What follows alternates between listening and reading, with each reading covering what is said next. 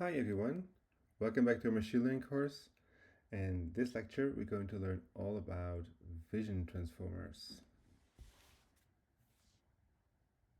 So we've seen how normal transformers work on text. Vision transformers do almost exactly the same thing, but on images. So we'll start by taking an input image as in an animation. We're going to separate that image into tokens, which are called patches, right? Those patches will be our tokens. We're going to feed that to, again, a linear projection, so we get um, vector-shaped tokens. We're going to give those tokens, we're going to give them a positional encoding, so we know where in the image the token comes from, the patch comes from.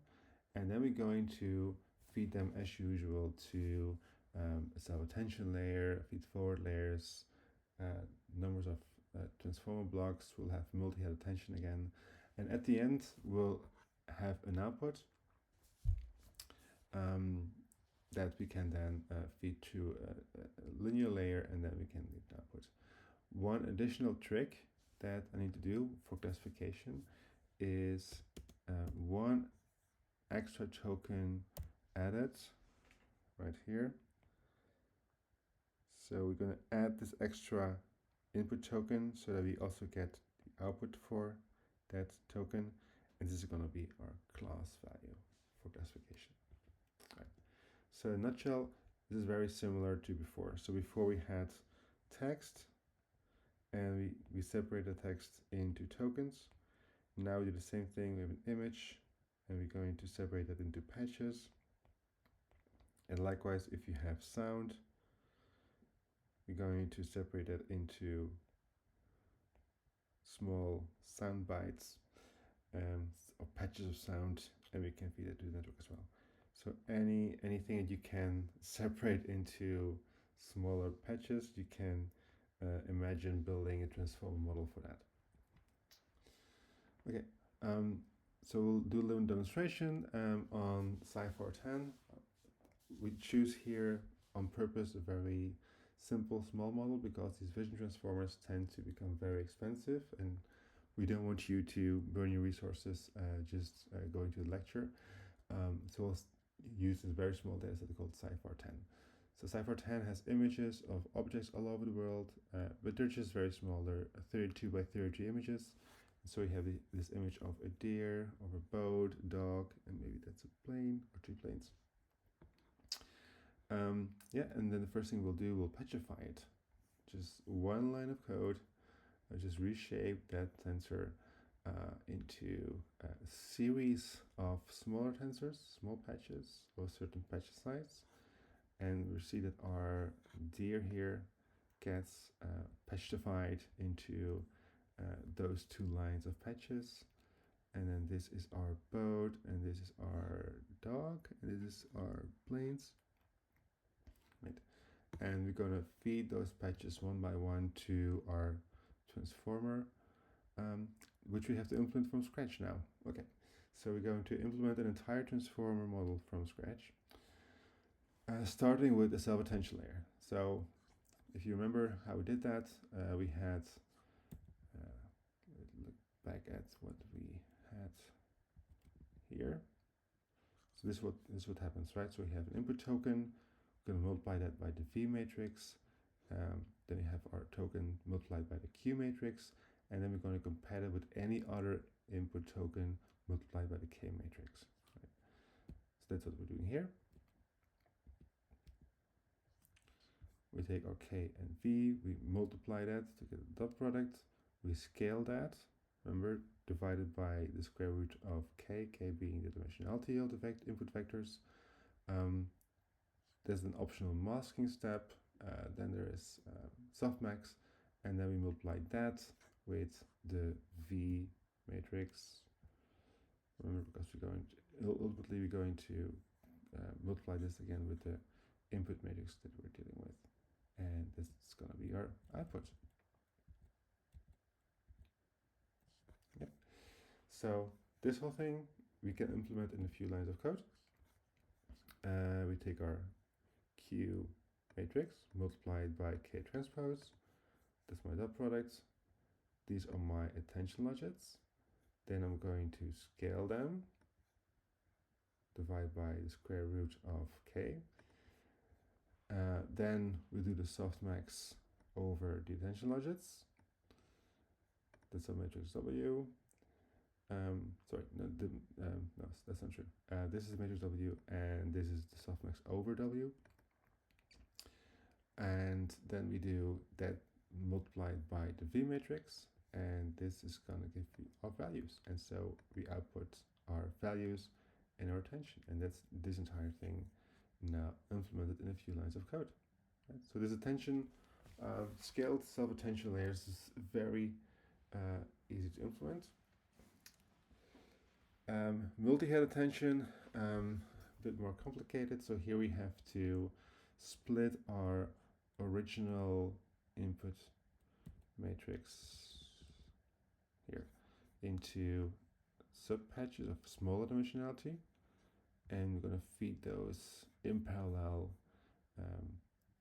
process them in parallel, and then get the output and then assemble them again together. So that's what's happening here. I take my linear layer, which will do the embedding. It will embed into 2 times this embedding dimension. This will give me my combined QKV matrix for efficiency. Then I'm going to reshape them, I'm going to chunk them so I get QV and V independently. Then for each of those, we'll do our scaled up product, we'll do our self-attention layer. And then afterwards, we reshape it again and bring it again to, we do like an inverse projection, and then we get our output. That's the entire multi-attention part. And then this was just one layer here. So now we have to do everything else, like the layer normalization and the feed forward part. But that's obviously going to be very simple. We add a layer norm, then we have our multi-head self-attention layer, another layer norm, and then our dense part, for which we will use one dense linear layer, Gale activation, drop out, another hidden layer, drop out again, and that's it. Right, and then input goes to our layer norm, then goes to our attention layer, then goes to another layer norm, and linear. And then remember, we had those residual connections, so we're going to add those residuals every time as well. And so this is our entire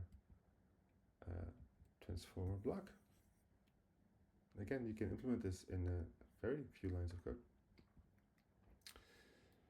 Okay, and then to round up our vision transformer, we have to add positional encoding.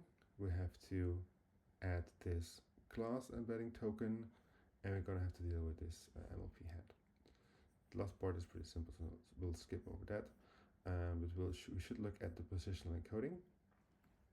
We're going to implement that by implementing this series of sine and cosine waves. And this is how this looks like in 2D, right? Because we have a 2D image. So remember, we have to have the position in this 2D matrix, right? And so this ends up being the result. And so you see from this, it's like a wave pattern in 2D. And we can use that.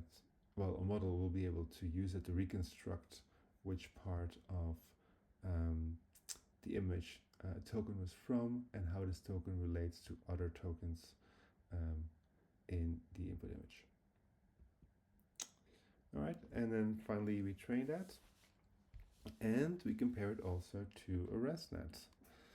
And what we find is that they both train reasonably well, but our ResNet actually outperforms our VET by quite a margin. Maybe in the end, it's 5% still improving. They do approximate, but yeah, the ResNet is trains faster and is also better in the end. And that's kind of an interesting lesson. ResNets using convolutional layers, they have a very strong inductive bias. So convolutional layers are very efficient in how they um, process image data. They make really use of the fact that um, pixels close together are related to each other, and the self-attention layer could also learn that, but it has to learn that first. While in a convolutional network, this is given by just the way the convolutions work, right? They only look at the pixels around them. The kernels that you run over, they're very small, right? So they only affect the pixels around it, so they have a very small receptive field around them. That the VIT could also learn that, but it has to learn it first, right? It has to learn first to pay attention to the pixels close by, and that will take time for the VIT to learn. So for small data sets like this, there's almost no chance the VIT can learn that more efficiently than ResNet. Now, if your image data is very complicated and large, then the VIT may actually have a benefit because the CNN has only this inductive bias, right? It cannot learn more complicated relationships between the pixel values, while a VIT can learn more complex relationships, and that's what's gonna, make VITs sometimes better for some image applications as well. Right, that's it for now. So just to summarize, we looked at tokenization, how we can take any raw input and divide it into tokens. Then we'll look at embeddings. We looked at word embeddings because they were new, but likewise we can also have image embeddings, of course. And we actually used, maybe I skipped over that, but we used them here this can be a very simple CNN or a very simple linear layer that just projects those images to a vector. And then we can feed those embeddings into sequence-to-sequence models. We looked at 1D convolutions and RNNs, but then figured out those have very limited memory, so you want to use transformers. We explained how the self-attention works, how position encoding works, how we can combine those in transformer blocks, and from that build transform models, including autoregressive models. And then finally we looked at how we can also build vision transformers. So that's it for this lecture. I hope you enjoyed it and looking forward to the next one.